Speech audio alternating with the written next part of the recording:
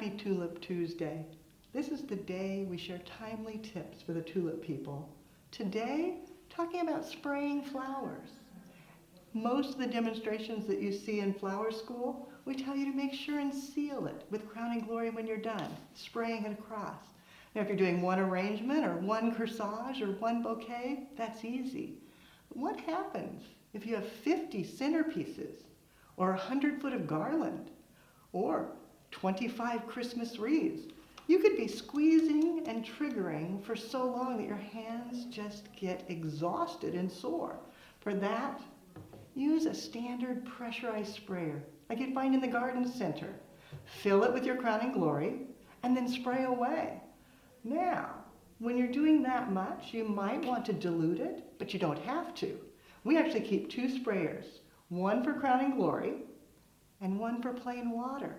That way we can spray things down quick and easy and protect our hands.